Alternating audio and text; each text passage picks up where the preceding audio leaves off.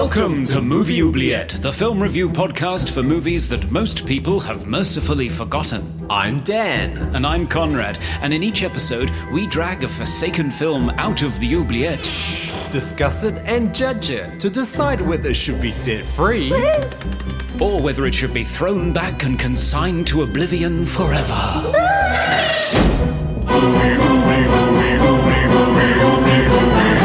We review the films others tend to forget. Come with us and open up the movie oubliette. Hello and welcome to episode 172 of Movie Oubliette, the intercontinental podcast for forgotten fantastical films with me, Conrad, enjoying the Warner Archive sale in Cambridge, UK. Mm-hmm. And me, Dan, addicted to 80s Casio keyboards in Melbourne, Australia.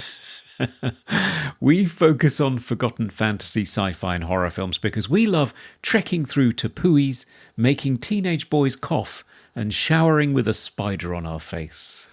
Oh. That's all sorts of awkward. Hello, Conrad. Hello, Dan. So you have a new keyboard fad going on. Yeah, I don't know what has happened, but I'm really addicted to a very small window of 80s Casio and Yamaha keyboards. Yeah, it's a range of keyboards that was still using synthesis, so still electronic, but trying to sound like real instruments. So you have like a clarinet sound and an oboe and a strings and a harpsichord, but it's still electronic sounding. But it's so of that time, of that sort of between 82 and 86. But it's really retro, it's really lo-fi, and I love it. And these keyboards are going for pretty cheap these days. A little bit more expensive because it has been quite a while since the 80s. So they're kind of verging on vintage now. Well, they are vintage, really. But they're still toy keyboards aimed at kids. But it's fascinating because some of these keyboards, like you can see they're made to teach kids how to play music. So they'll have like different technologies. So one has a play card that you slide in. It's got like a magnetic strip, like a big credit card. You slide it in and it reads this information and then it plays it on the keyboard with all these lights that light up above the keys. So you know which keys to play. It's amazing technology for the 80s. Yeah, it's really impressive. Yeah, I remember, I think I told you I had the Casio SK5, which was a sampling keyboard. Yes, that SK range, highly, highly sought after these days. They go for like $200. Wow. Yeah. Mine's in a landfill somewhere. Oh, you should have kept it. Yeah, they're very, very sought after. Yeah, you could do 4 very short mono 8-bit samples, or you could do 2 long ones. Ah, right. Yeah. Or longer. Yeah, they're pretty fun to use, actually. Yeah, that's how I learned. Yes. So for you, sales? Yes, I dipped into the Warner Archive sale. This is Warner Brothers DVD and Blu-ray range where they put a lot of old or rare or niche movies out remastered. And they had a sale, so I nabbed myself 5 titles. One was the 90s version of The Body Snatchers. Is that technically a sequel? It might be. It's directed by Abel Ferrara and it's got Meg Tilly in it from Psycho 2. Oh, wow. I think I've seen it. I don't remember. I haven't seen it. No.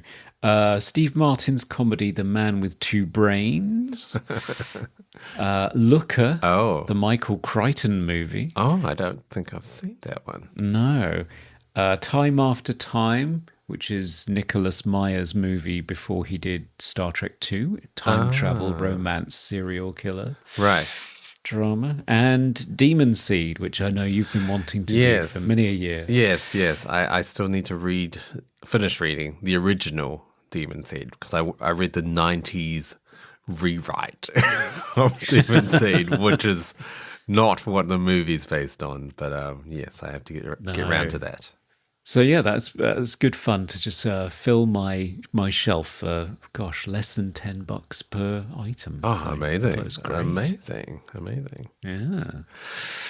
Okay, Conrad, let's move on to the mailbag for today. Yeah, so we heard from Film Aficionado, and he contacted us to say Red Line is the R-rated movie adaptation of the Super Nintendo game F-Zero that my inner child always wanted. Oh, okay. How can I not love its rockin' soundtrack, delightfully over-the-top characters, and gleeful Verhoeven-esque insanity? Yeah. I'm glad he had fun. He did, yeah, he enjoyed it. And Jasmine got in touch about our minisode on Psycho 3, exclusively available on Patreon. And she said, this is how I remember Psycho 3 as well. A retread of the original and totally unsatisfying. I'm a fan of Psycho 4, one of the only good prequels I've seen. I admit I have not seen Pearl, but I'm not crazy about the movies that flanked it, so I chose to avoid it because it's a prequel. Yeah. Pearl's definitely the best one, I think. Absolutely is. Actually, Jasmine, I would say if you didn't enjoy the film either side, I think you'll love Pearl. Yeah. It's a different animal altogether. It's very different. It feels like in a different world. It barely even feels like a prequel to me. Yeah. It's kind of like The Wizard of Oz as a horror film, and Mia Goth is incredible, and the final shot will stay with you for weeks. Yes. It did me anyway. Yes. I really need to check out Psycho 4. Yeah. Yeah, you really do. It's good. I need to complete the Psycho quadrilogy. Yeah, you should. Yeah, we should do that at some point. Anyway, thanks for getting in touch. We always love hearing from you. Yes, we do. Conrad, all right. Let's get the movie for today underway. Yeah. I'll just skip on over to the Oubliette and find out what's going on in there. Oh, I'm in a South American rainforest? Oh, it's tropical. I don't know where the film is, but maybe if I turn this machine on, that will help. Whoa, smoking. Yeah. Okay, I'll turn that off. Wow, there's loads of Blu-rays falling out of the trees. Ooh, that one landed with a thud. I'll get this one. Oh, wow. Coming back. Okay. We fly. What do you have, Conrad? So I managed to clutch from the air a copy of the 1990 American horror comedy film Arachnophobia, directed by Frank Marshall in his directorial debut, based on a screenplay by Don Jacoby and Wesley Strick, and starring Jeff Daniels, Julian Sands, Harley Jane Kozak, John Goodman, Brian McNamara, and Peter Jason. Wow. So what happens in this movie? Well, in this movie, a lovely white middle-class couple called Ross and Molly Jennings have just moved their perfect nuclear family to the bucolic Californian town of Canaima, where Ross expects to succeed curmudgeonly Sam Metcalf as the town doctor, only to find out the old coot's changed his mind about retirement. Oh, no. When their quirky collection of lovable small-town neighbours begin dying in suspicious circumstances, including Dr. Metcalf, Ross suspects his worst fear, spiders. Oh. But the town suspects him. Wrongly, it turns out, because a prehistoric monster spider has hitched a ride home from deepest, darkest Venezuela in the coffin of a local photojournalist and mated with a local spider in the Jennings barn to produce a deadly army of venomous warrior arachnids out for world domination. Ooh, yeesh. Can Ross overcome his childhood trauma and defeat the eight-legged freaks before they kill his family and then America? Will curiosity get the better of the stuffy British scientist? And just how big is Bugs Begone exterminator Delbert's bill going to be for this job? Find out after the break. Oh, yes. Yes.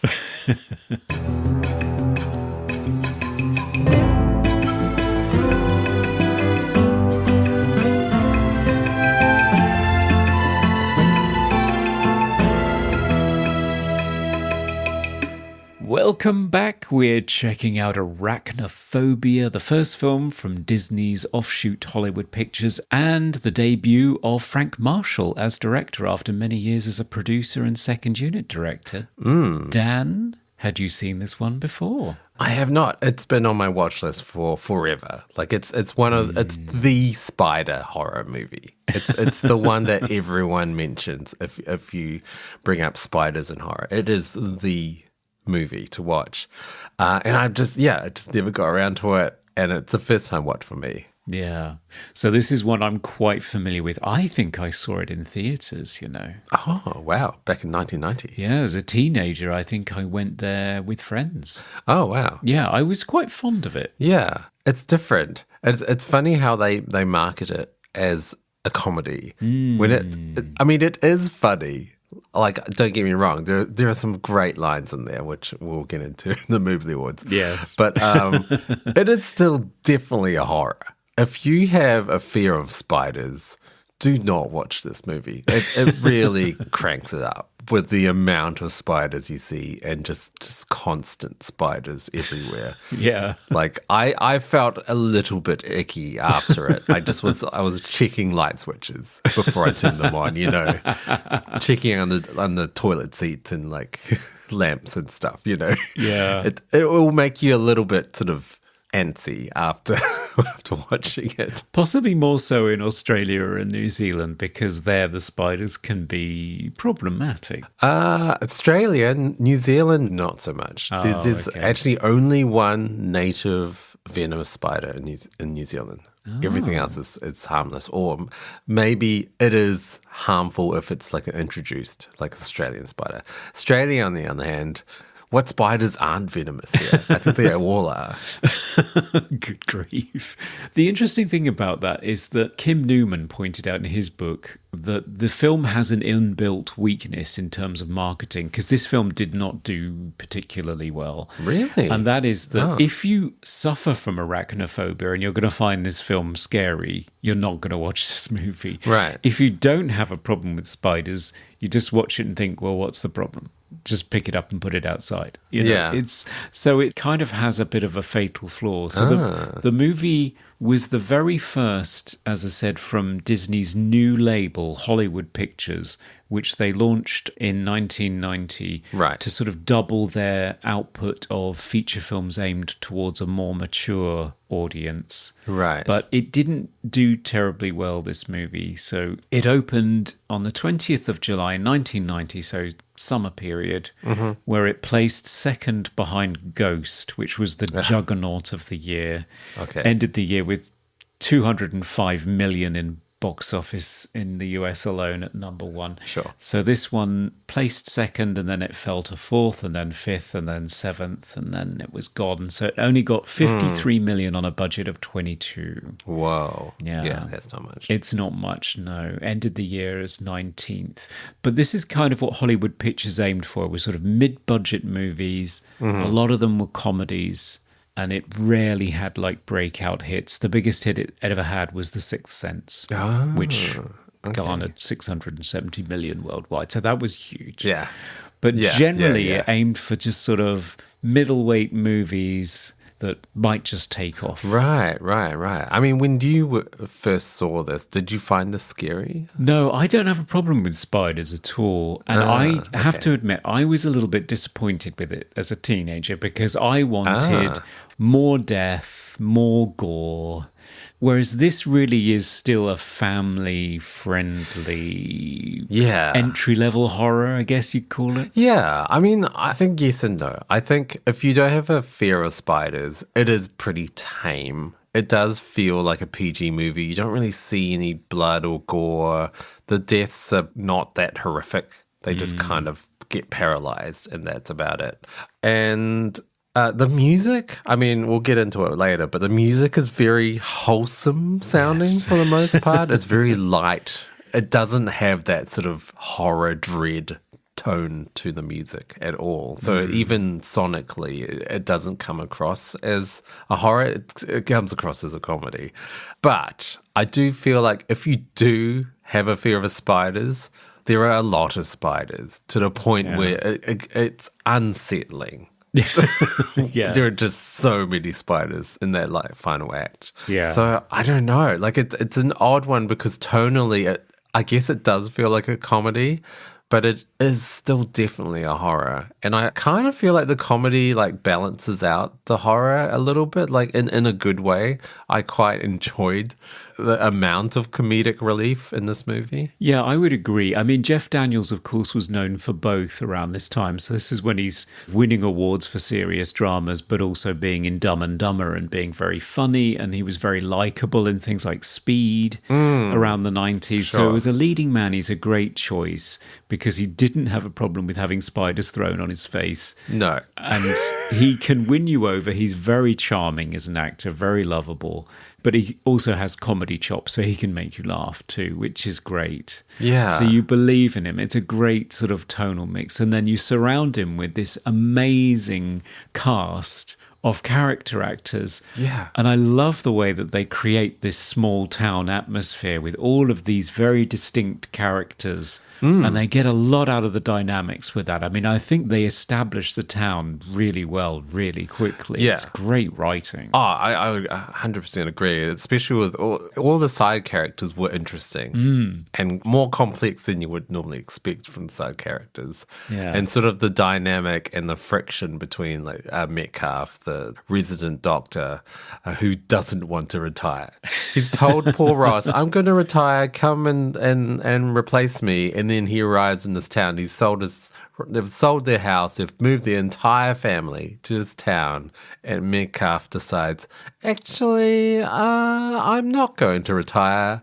Fuck you. And it's just like horrible. But I love the dynamic between all these characters because there's conflict. Yeah. I mean, it's kind of small conflict, but it's interesting. It makes the character interactions tense in some moments or a little bit snarky, I guess. Yeah, it does. You've also got the town sheriff played by Stuart Pankin, Sheriff Lloyd Parsons, who has this sort of low-key hatred of city people. So it's a bit of a cliched character. He was the high school bully, I think a character. Margaret refers to him as the high school bully and just makes fun of him. So he's kind of a fairly broad comic character that's put down all of the time. Yeah. And then you've got Delbert, played by John Goodman. Oh, he steals the show, doesn't he? He does pretty much. He shows up. So apparently John Goodman was deep into Roseanne, the hit TV series that made him a star, arguably.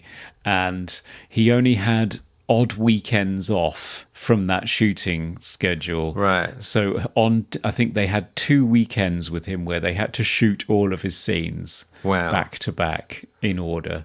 But yeah, he comes in and just steals the show with this ridiculous character. It's ridiculous. I mean, we'll get into his hair and costume, but he is comic relief personified.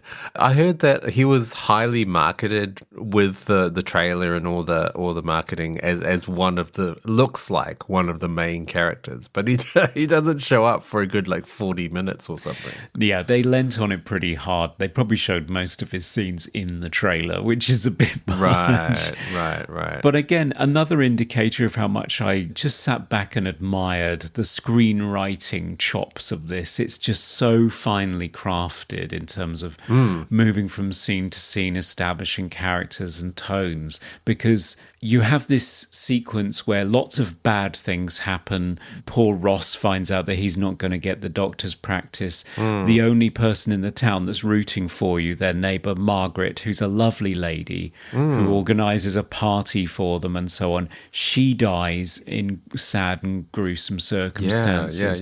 And it's getting pretty heavy, and the town sort of arguing with him and thinks that he's insane for wanting an autopsy, and they think maybe he's at fault for changing Margaret's medication. So it gets pretty heavy. And then in comes John Goodman to do his scene as the exterminator, checking the basement. And the music changes and the tone lifts, and you think, oh, okay. So you're balancing these two tones really nicely, so it doesn't get too heavy and it brings it back again. And it's very nicely done. Yeah, I mean, when you look at it at face value, it's very depressing, the movie. There's a lot of funerals that they attend. Yeah. And there's a lot of people, like quite lovable people dying, like immediately as well. We have to mention that these spiders are instantaneously lethal. Yeah. Like one bite, 5 seconds later, you're dead. There's no, we have to get the antidote or we have to do a tourniquet or anything like that. It's just death. So I was actually like, it's a lot of peril involved. Yeah. Like I was thinking, oh my God, is one of our main characters, like our family, going to get bitten and it's going to be instantaneous death. Like you can't come back from that. Like there's nothing you could do. No. But luckily, none of our family gets bitten. But yeah, I've never really seen a movie with an animal so lethal. Yeah, and it does give you that one really good scene. I think the one where it really hits home is the scene where they are searching Margaret's house for the spider. Yes. And that is genuinely tense. Yeah. Because everyone who's involved in that search, possibly with the exception of John Goodman, is terrified, terrified that they're going to find it. So they're all tentatively lifting things. But it's kind of funny at the same time. There's one character that accidentally walks into the plant and he gets a fright. It's quite funny. Or when I think the sheriff's looking in all the mugs and they're just kind of swinging for ages. Yeah, it's kind of that's kind of funny as well.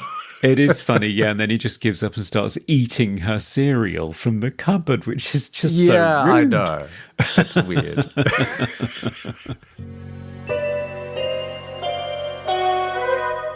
I did love how it was shot as well, how they shot the spiders. So it was all at the level of the spiders, so at table level, at floor level.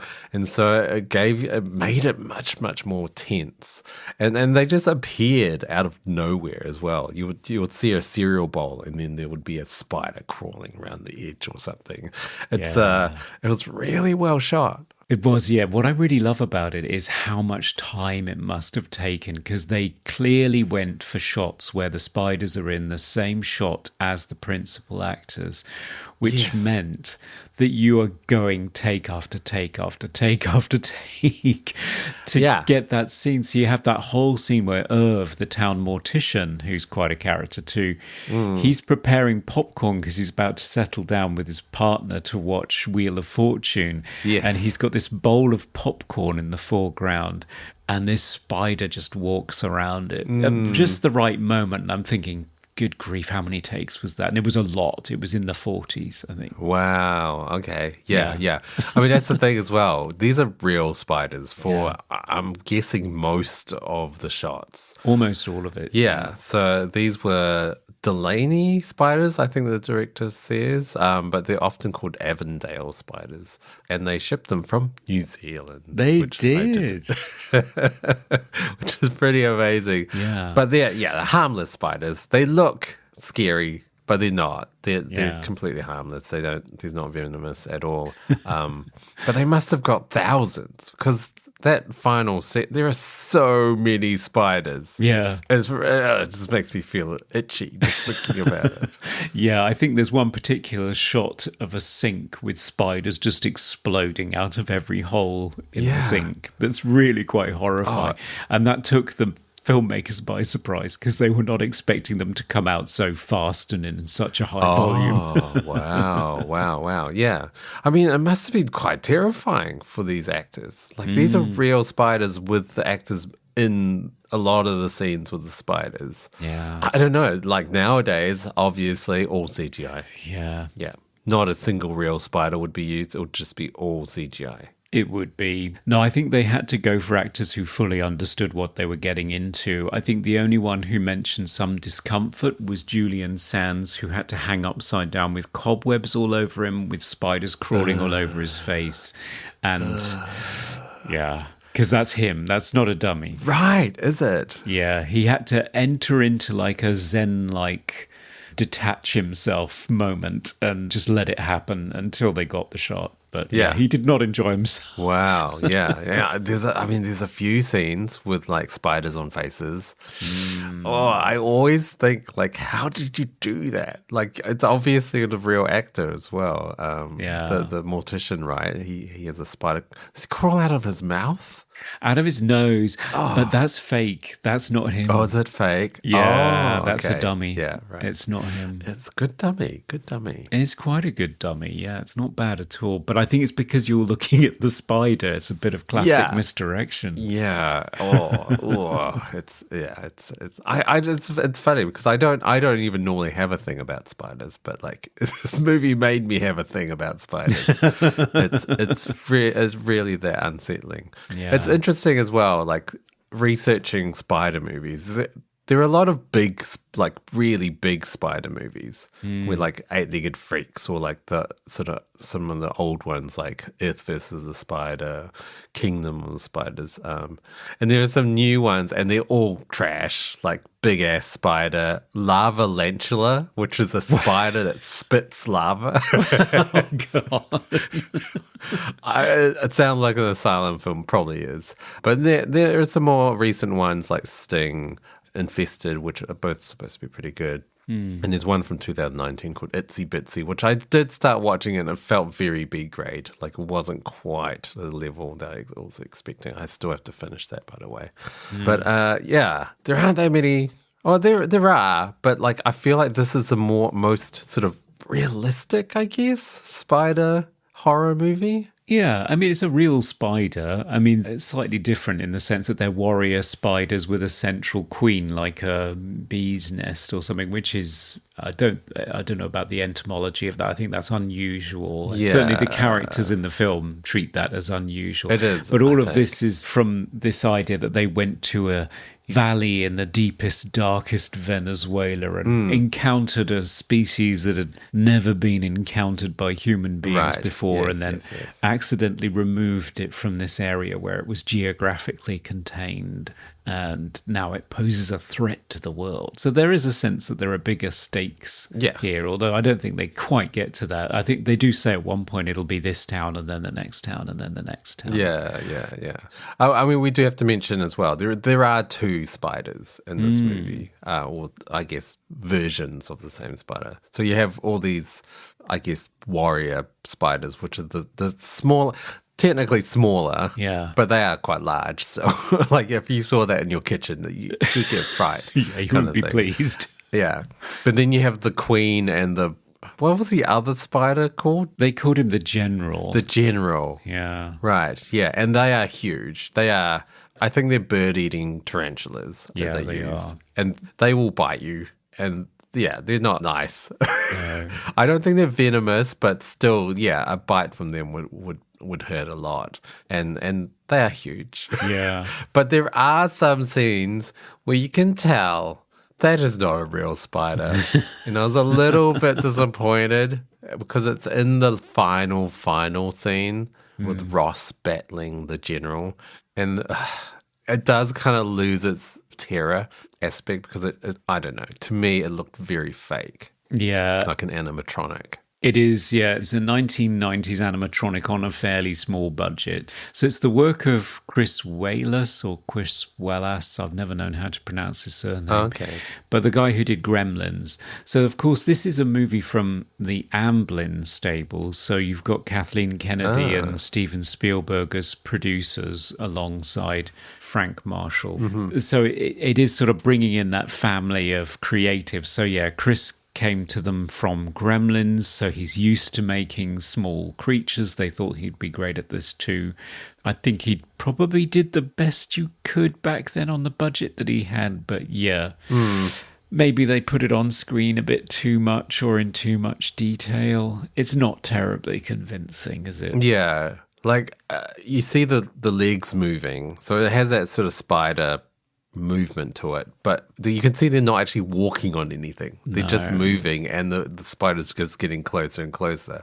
But there's no contact to Ross's body at all, and it's just not convincing. I'm sorry. No, this is the moment where Ross, of course, I mean, you get Chekhov's childhood trauma introduced right at the very beginning of the movie, where he describes expositionally at great length this childhood experience he has where a spider crawled up his naked leg and he was in a diaper. It's his first memory or something. Yeah. And you just know as soon as he mentions it, okay, there's going to be a scene where there's a spider crawling slowly up his leg, isn't there? Yeah. And I guess, they're not going to have the real bird-eating tarantulas crawling up Jeff Daniels' leg. Like, no. it's just not going to happen. But yeah, it doesn't quite work for me in that scene. I mean, that whole final scene in the basement felt clumsy to me. Right. Yeah. I mean, there is one thing in it that I do find a little bit ridiculous, which is that you have lots and lots and lots of shots of Jeff Daniels twirling to face the camera as the camera pushes in on him. Yeah. Why are we doing this over and over and over again? Yeah, I mean, for me, it felt clumsy because it was just the Ross character kind of stumbling around. Yeah.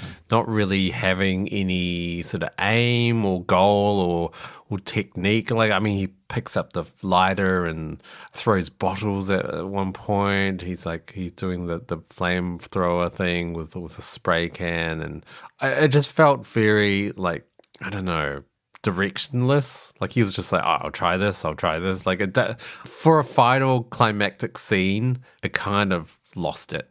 Like, the energy was just kind of just deflates a little bit for me. It didn't feel that tense.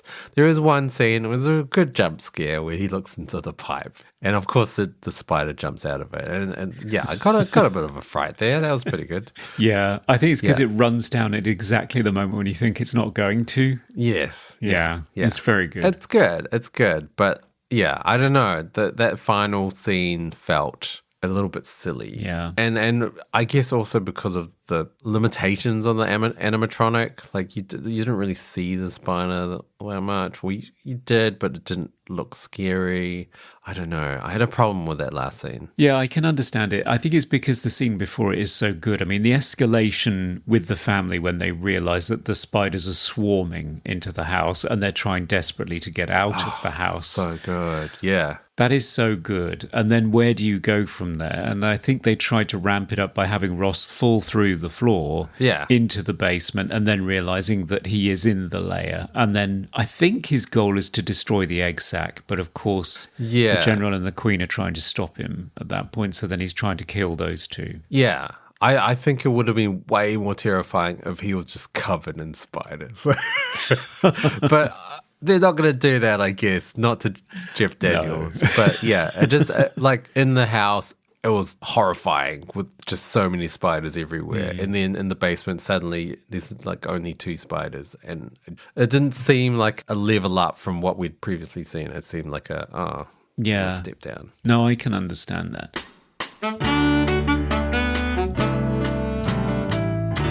The film, for me, feels like an amalgam of 2 other films. Oh, yes. Jaws. Yes. And Poltergeist. Right. And it is so very close to Jaws when you break it down. I mean, even the character types. You've got a man who has moved away from the big city to a small town to take up a public office.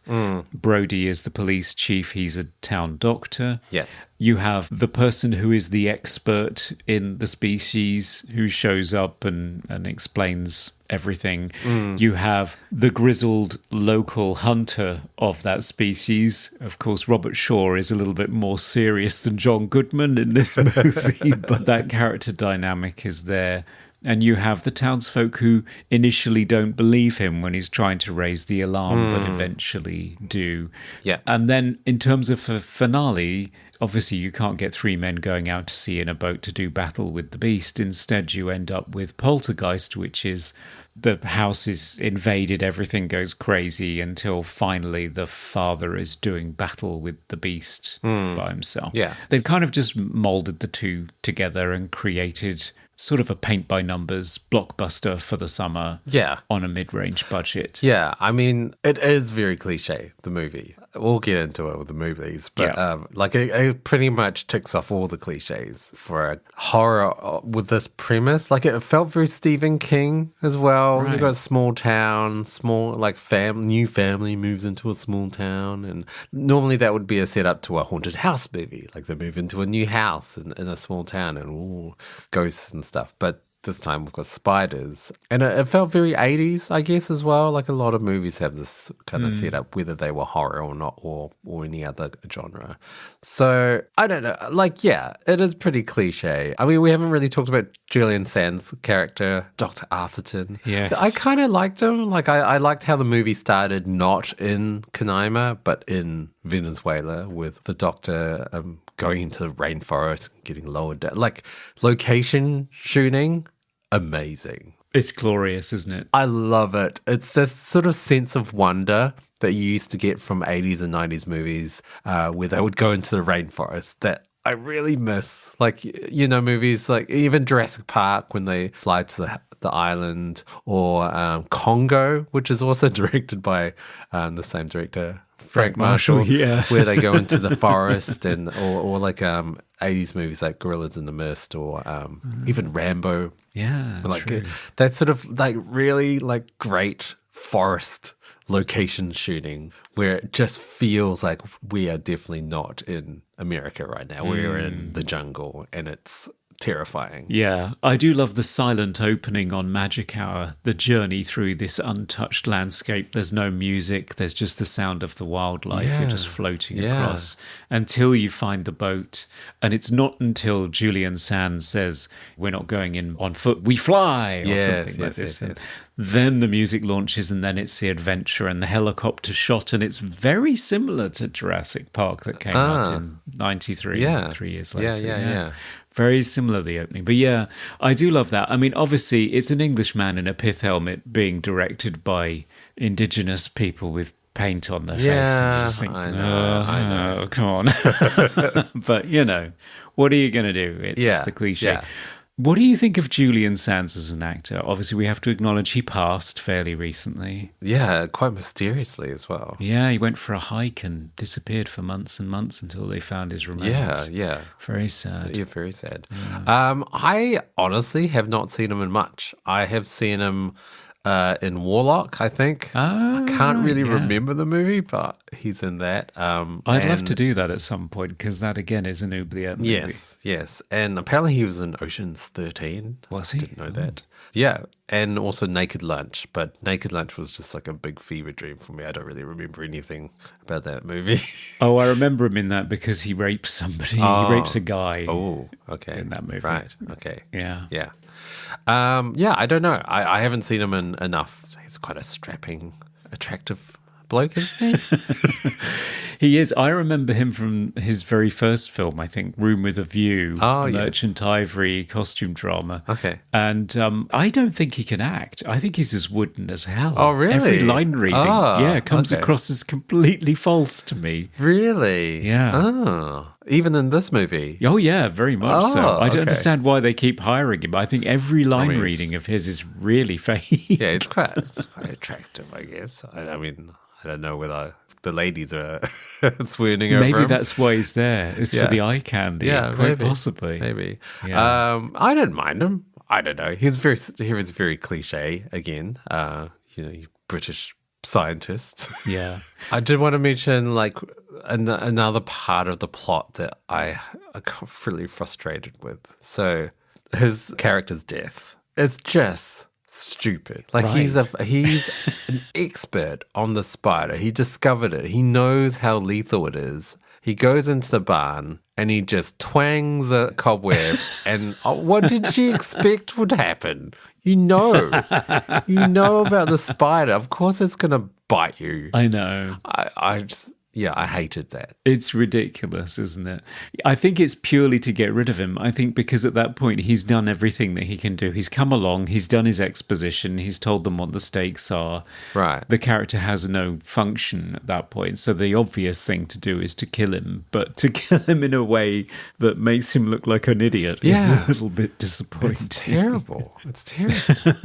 I guess we should mention some of the other characters.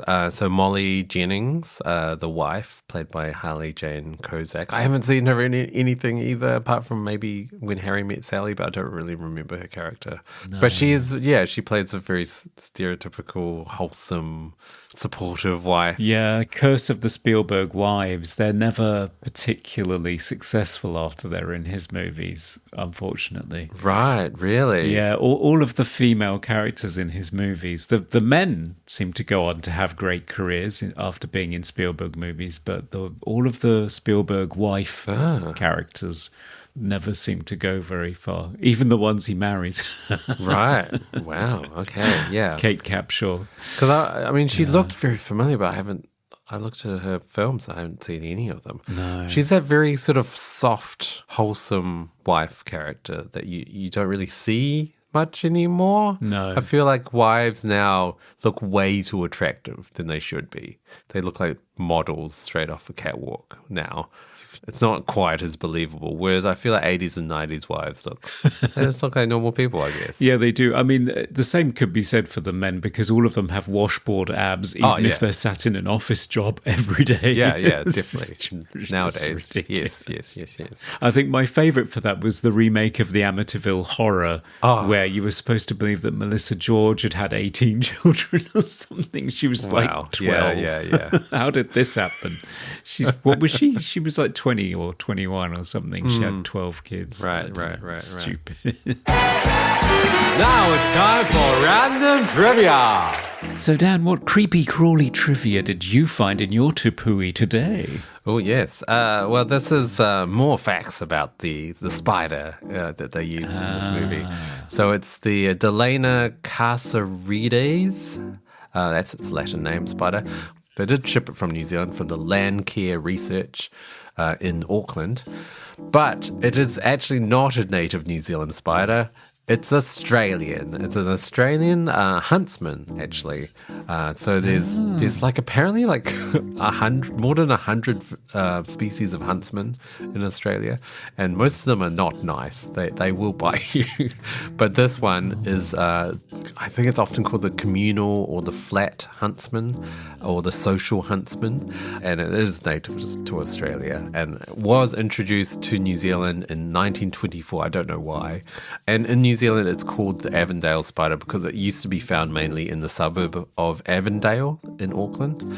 But there is also a giant spider sculpture in Avondale in the town centre, and it has been there for 22 years, celebrating the Avondale spider, and it was taken down in October of 2024 to make way for a new library and community hub, and it's called Dale the Spider, and it stands 8 meters high off the ground atop a sort of 5 meter wide steel web. And the council it's actually currently asking the community to vote on where to put it because they had to move it. But yeah, so they're very proud of Dale the Spider in Avondale, New Zealand. Oh, so they should be. Yeah. I hope they find a nice home for him. Yeah, me too. That's our trivia. That's our trivia.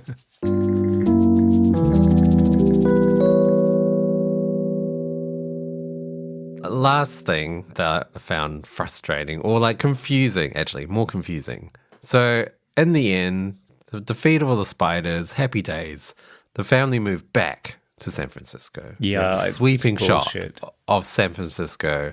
And then they're in their apartment and they're celebrating how safe it is not being in this small town with all the spiders. And then there's an earthquake. Yep. Why? Yeah. Just to say, oh, nature is Mother Earth. you're not safe anywhere. Yeah, it's supposed to be a final gag. Yeah, you're not safe here either. I'm disappointed in that ending because it is clearly there for that one gag. Yeah. And It's not a good it's not gag. particularly funny. No. And B, they're morons. Why leave this town where you've made all of these friends? You've eradicated the spiders. Yeah. He's got this growing practice as the town doctor. He'd probably be a hero at this point. Yeah. Why have they moved back to San Francisco again? Yeah.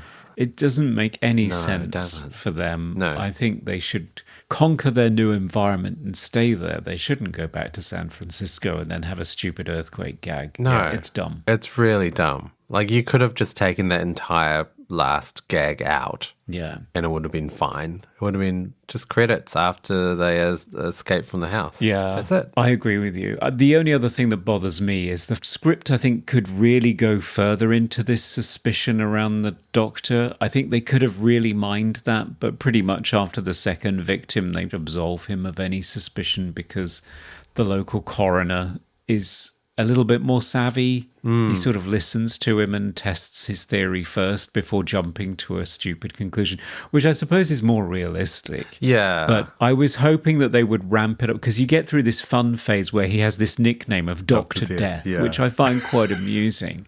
And I thought if you'd really mined that and made him isolated in his own family starting to doubt him, if they'd really gone for it, Yeah. I think it could have been quite powerful, but they sort of dispense with it. The movie overall is trying to be too light to really get into anything. Yeah, yeah. Which is a shame. Yeah. 'Cause I thought that was quite fun. I mean, like, watching some of the making of, like, they went into this movie saying this is a what do they call it? A thrillomedy. Thrillomedy, yeah, I know. They needed to workshop that. That's not very good. it doesn't really roll off the tongue. No. But yeah, a thriller comedy. They were going for laughs. That was the main thing making this movie. I think the director or one of them says everything had to be fun. You have the horror, but you had to have fun watching or going through the horror. And that's what the movie is. It is like quite funny for a lot of it. Yeah. But I think because you have the horror of the spiders, it's not as funny as it could have been. Like, it's not slapstick. It's not Dumb and Dumber level of comedy. It's still subtle, I guess. Yeah, it's not eight-legged freaks. And even John Goodman is the closest it gets to camp. It gets a bit silly with his character, but generally not. The characters are quite broad in the town, like the mortician and his partner, the coach and his family, who are all training to be athletes as well. The characters are sort of broad, but it's not out and out slapstick and silly. No, it's not. And it does keep the scares. The scares are pretty well executed for the most part. So it does sort of ride this middle lane nicely. So it just really depends on whether that's your thing or whether you're disappointed that it isn't one thing or the other. It's very middle of the road.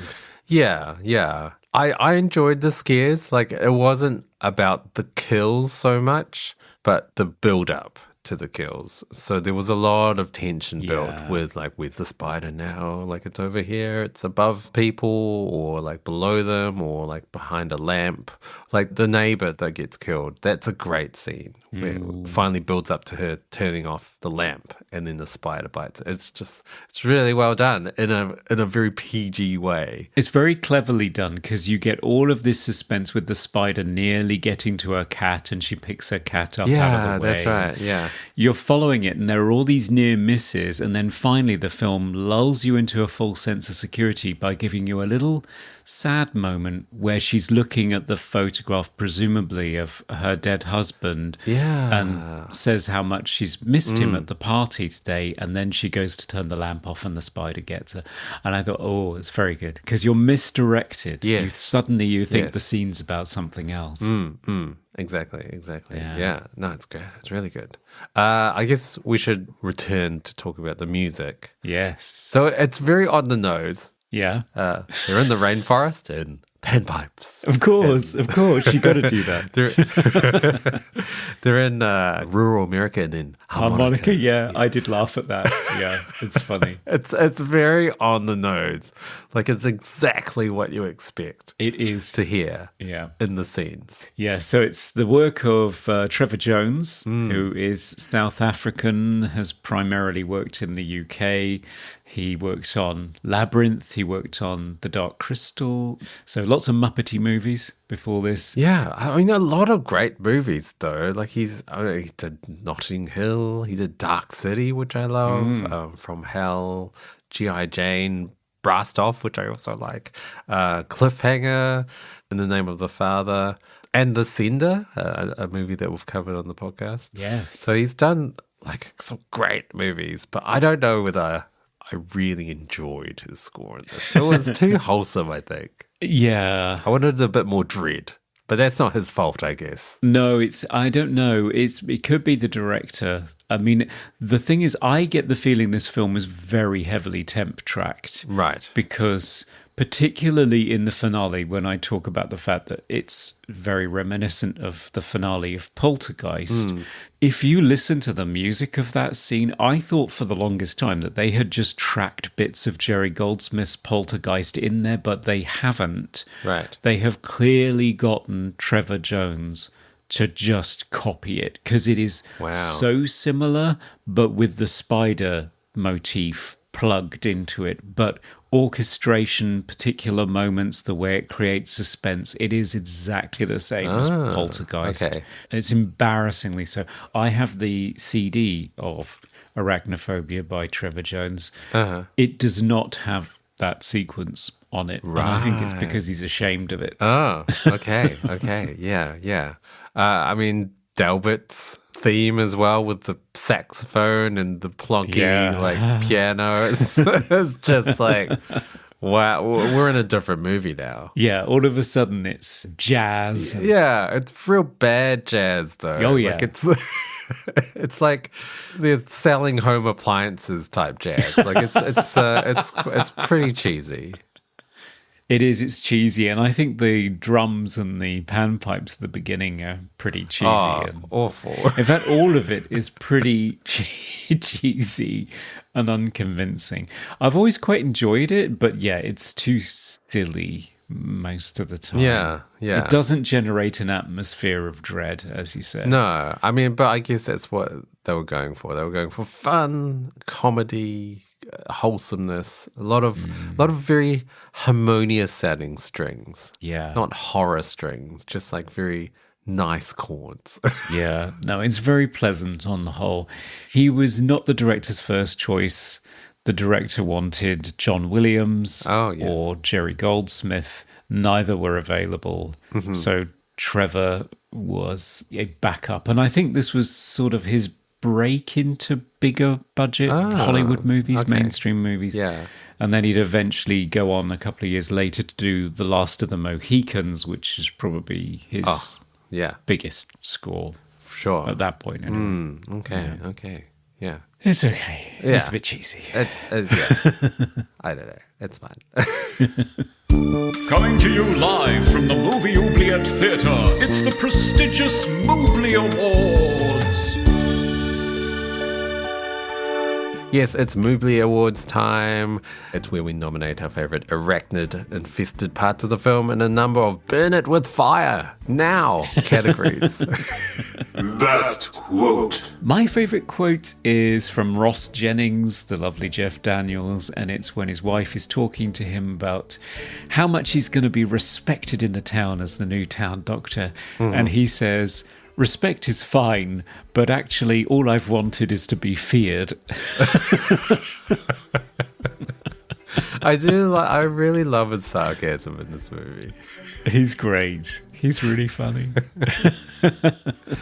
There are so many good quotes in this movie, but one I would like to pick out is from Delbert. So Delbert, the bug exterminator, he's investigating their house because it turns out one of the beams in the basement is like rotting away, and Molly is asking him why it's rotting, and then Delbert says, "I'll tell you why. Bad wood." And she inquires, well, so what do we do? And he replies, tear out bad wood, put in good wood. It's really helpful, isn't it?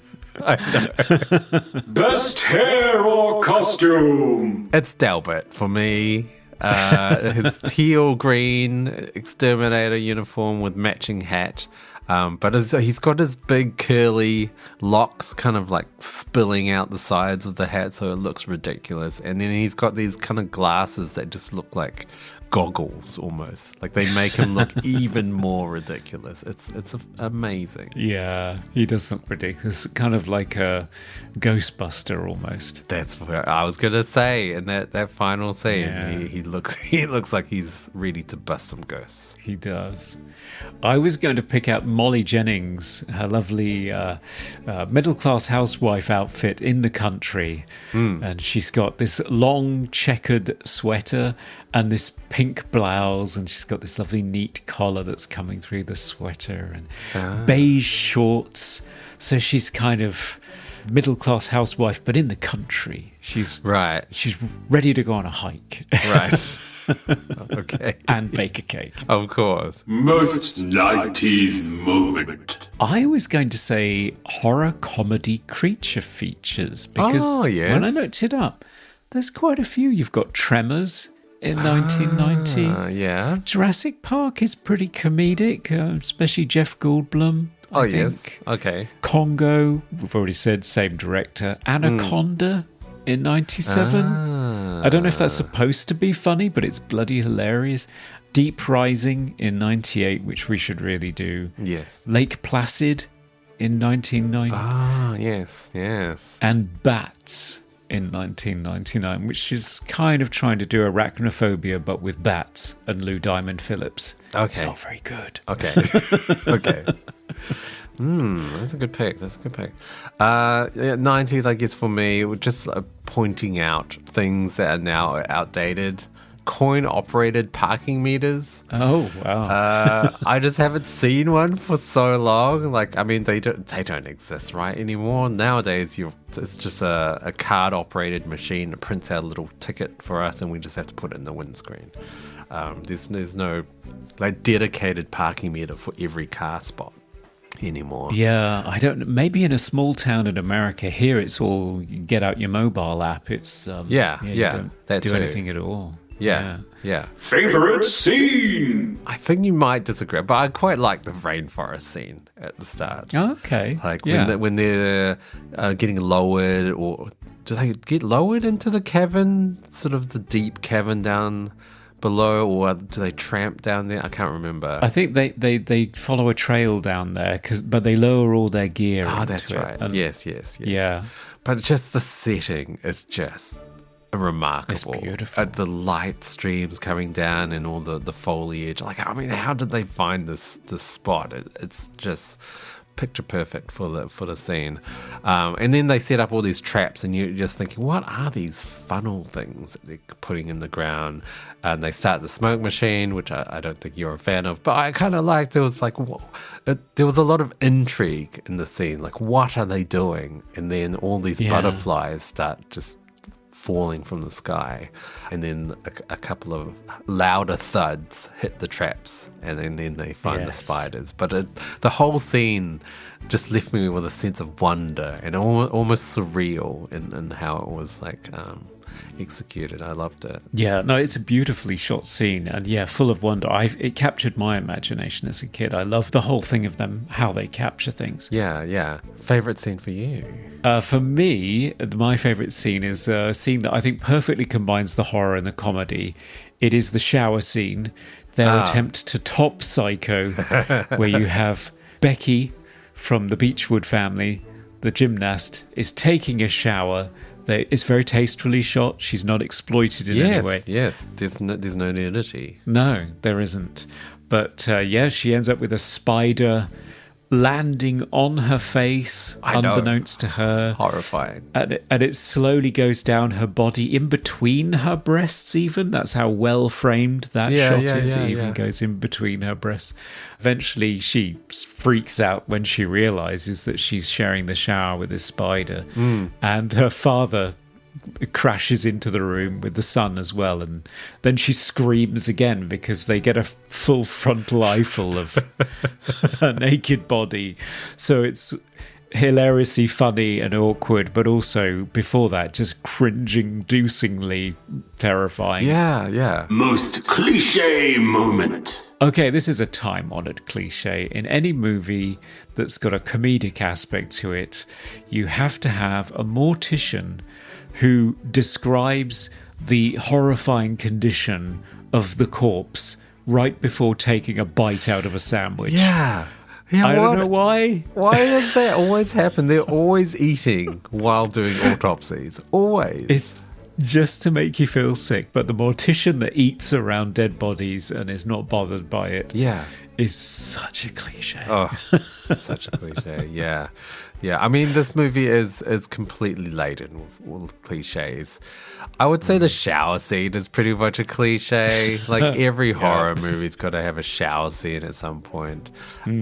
Another cliche, the solution is to kill the queen or the nest. Yes. It's always the solution with any sort of creature feature or anything. Like a lot of natural horrors will have that where it's always the queen and the nest, and then everything will be solved. Oh, that's convenient. It's very convenient. Best special effect. It's not really a special effect, but the use of a lot of real spiders. I loved that. It just made it way more scary. Yeah, absolutely.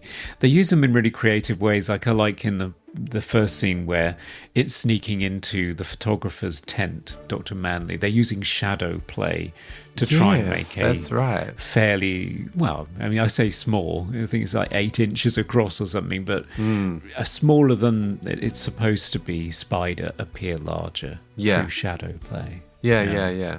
No, it's good. It's good. And that scene where it jumps from the curtains. Oh, God.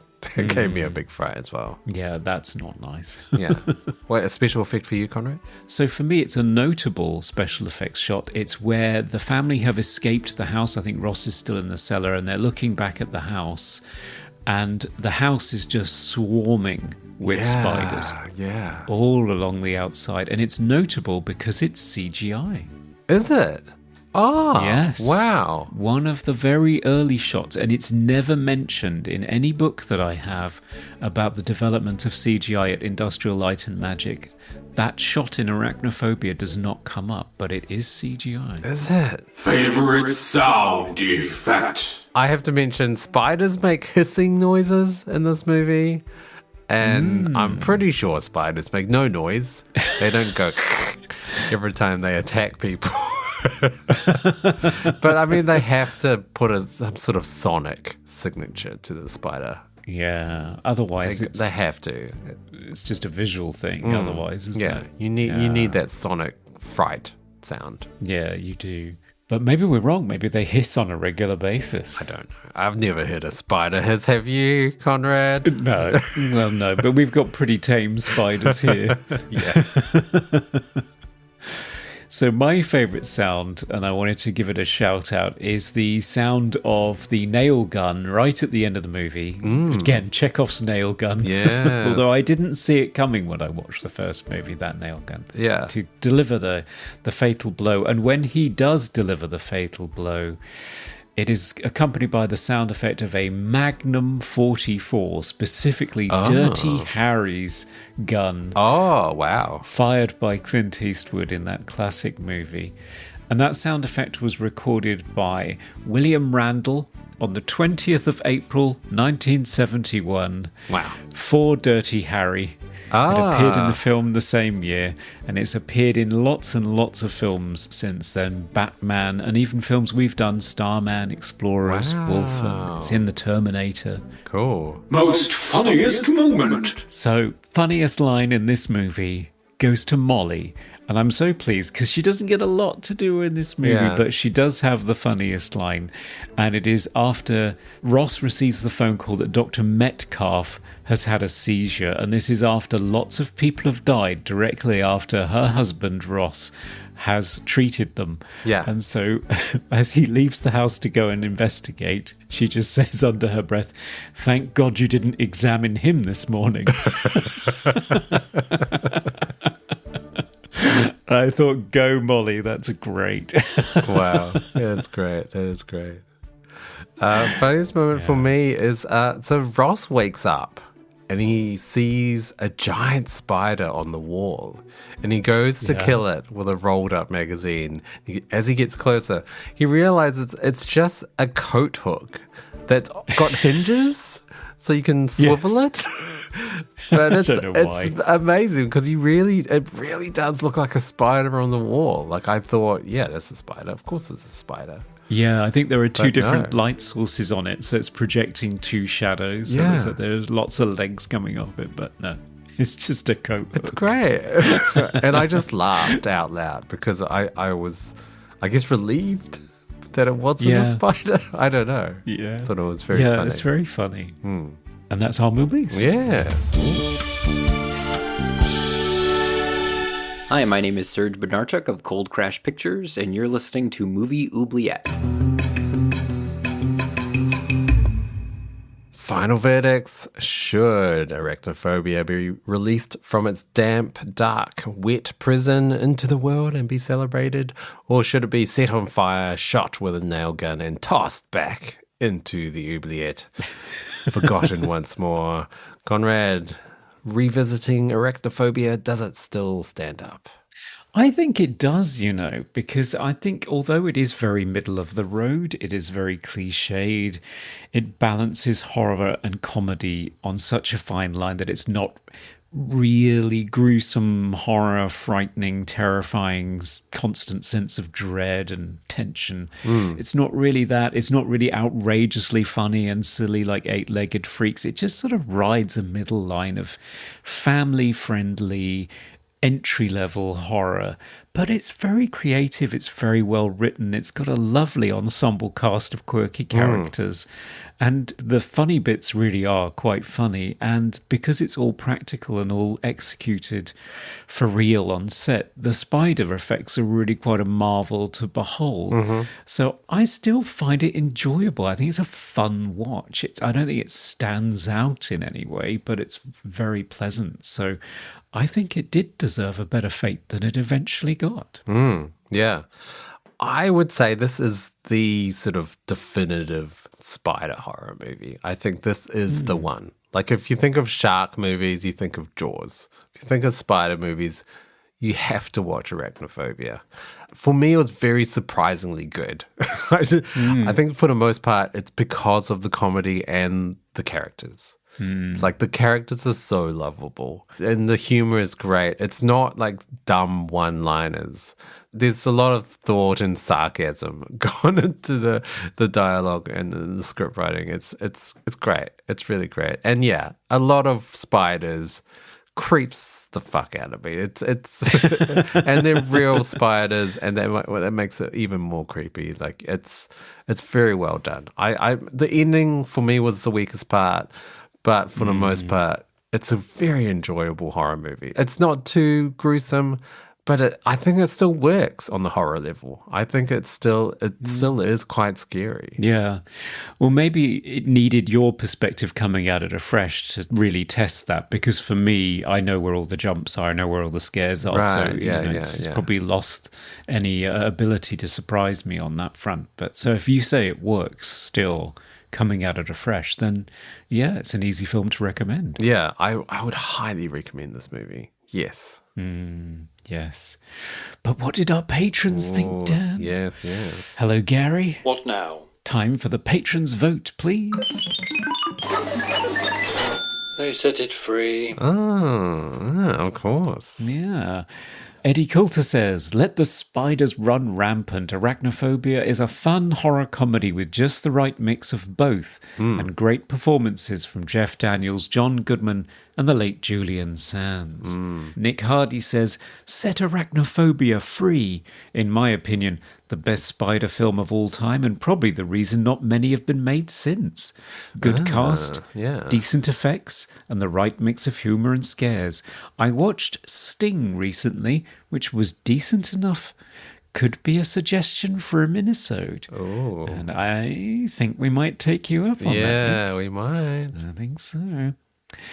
But it wasn't unanimous. Oh, yes. Matt Swafford, previous guest. Ah. And he says, not since the roaring, water-walking great white shark in Jaws the Revenge or the serial killer gargantuan snake in Anaconda has a creature been so poorly represented on camera. Arachnophobia isn't a bad movie, as it's well acted and competently shot, but it kind of exists on its own plane. It's not funny enough to be a comedy, nor is it scary enough to be taken as serious horror, unless you actually suffer from arachnophobia, which would more than likely keep you from ever watching it in the first place. Right, yes. I also have a personal dog in this fight, as I've been a pest control professional for almost 30 years, and we are always unfairly depicted as unhinged weirdos in most media. Yeah, that's true. kind of true. That really is It's true. true. Yeah. All this film does is misinform people about what spiders actually do. I say spray this one down with permethrin and call it a day.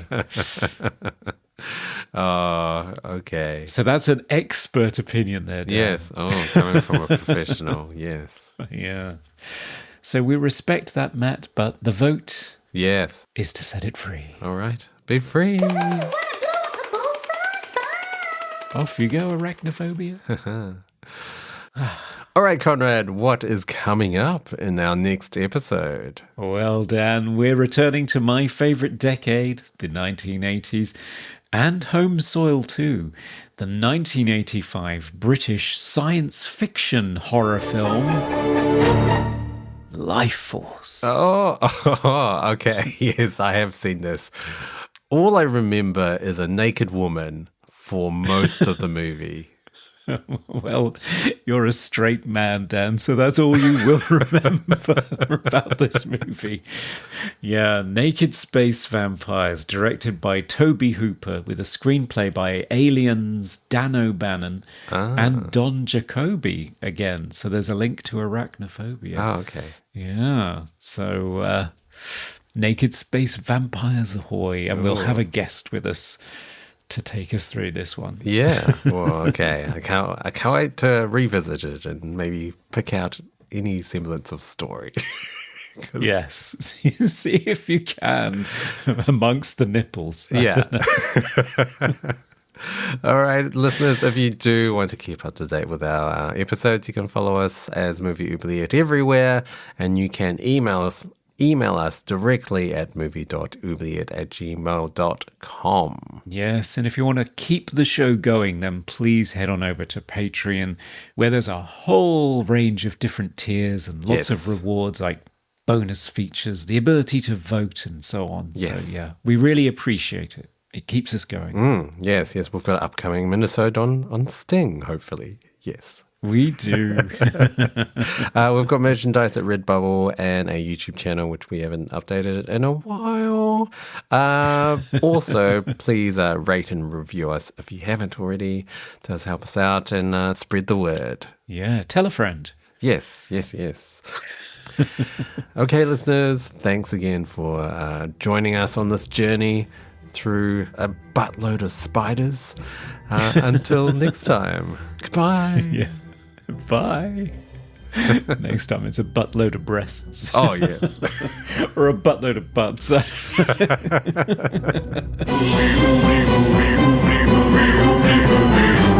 review the films others tend to forget.